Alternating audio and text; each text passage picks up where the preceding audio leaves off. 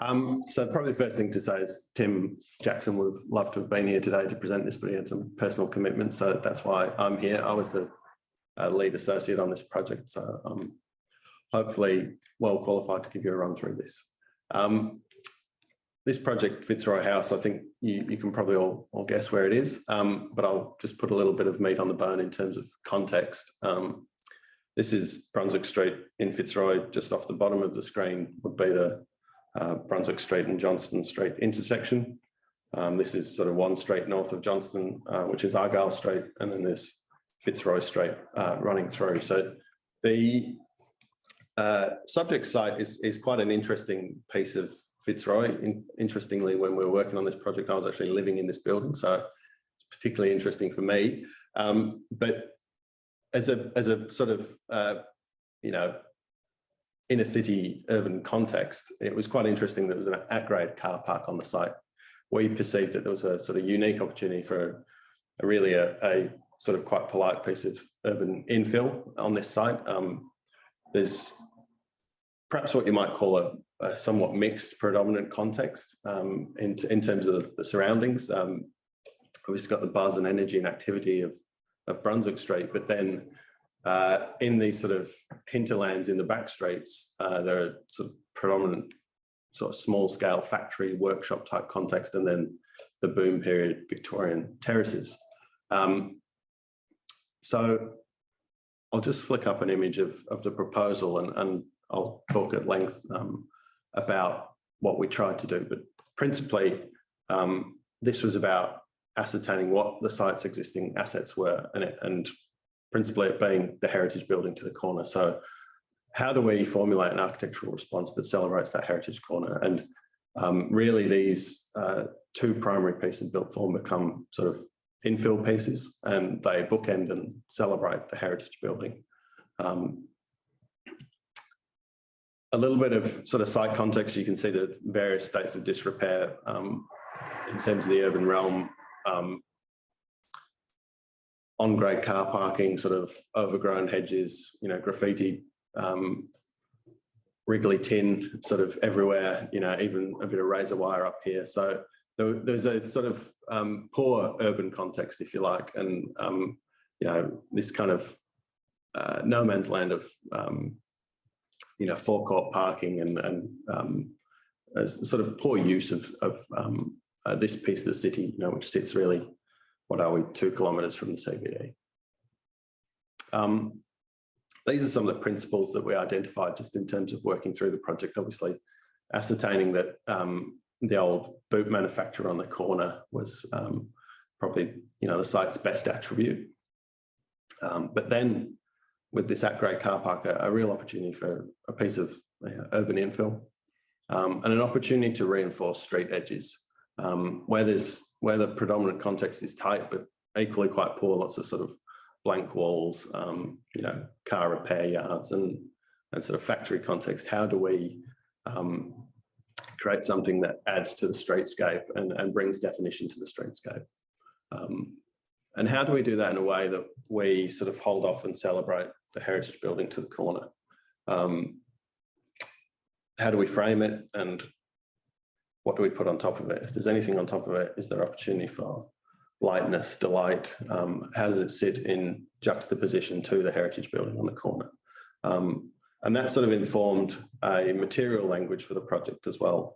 The rich sort of brick tones of the heritage building, we felt obviously needed to be celebrated. So how do you frame that? And one principal idea that we work through is if we set up this two primary street fronting forms facing Argyle Street and Fitzroy Street, and they are rigorous rectilinear buildings, concrete frame. What do we put on them? And one idea that we sort of really liked through the process was this idea of the vernacular applique. And that being the sort of predominant urban condition of terrace housing. So you sort of get up your party walls, if you like, you build what is quite a rigorous rectilinear box, and then you adapt it to the Australian condition by adding verandas and adding lightness. And this sort of baffled screen that we developed obviously doesn't have any of the fretwork. It does have some perforated mesh that sort of hint at that. And it's a contemporary architectural language. But really it's a nod to the heritage veranda condition of the terrace housing in Fitzroy. As just a simple elevation. Now this project did have 3 basements, I think, one mainly with services and 2 with car parking. This is the ground plan.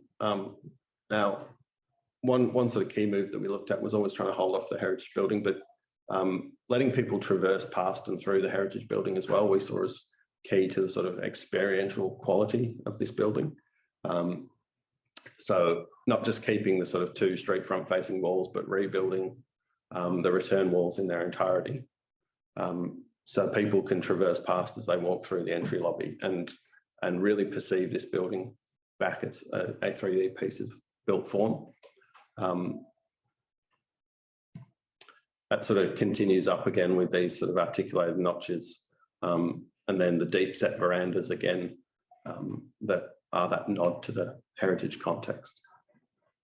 From a sustainability perspective, obviously I've talked about adaptations to the Australian condition. How do we do that? Well, that's through this sort of steel baffle screen and deep set veranda concept that is the predominant visual language of the building, but also through cross-flow ventilation. We've looked at a solar array on the roof that powers all of the communal requirements for the building. And obviously with a urban infill building, we're borderline building out the whole of the site. So how do we reuse rainwater? And I talked about multiple basements. Well, that lowest basement is got a pretty sizable rainwater tank in it. And then, how do we... 1 minute. Thank you. How do we look at recycled content? So I've talked about the heritage building obviously being retained. The most sustainable buildings are the ones that you already have. But then reusing that masonry on site as well. Here's a few construction photos. I'll skip through those, given we've got a minute. Framing the building again, so these 2 sort of bookend forms with the light sort of lantern on top of the heritage building. We're conscious that we needed to sort of peel away these edges so people could experience in 3D the bootmaker's factory on the corner and really enjoy that. And we were looking for opportunity throughout to sort of juxtapose heritage with what really is somewhat of a blank canvas behind it. So a polite infill piece of built form into the Fitzroy context. This is the experiential entry idea that I talked about. So people walking past, the original wall. The interiors were a collaboration with Hecker Guthrie, and they really leaned on that idea of bringing that richness into the palette.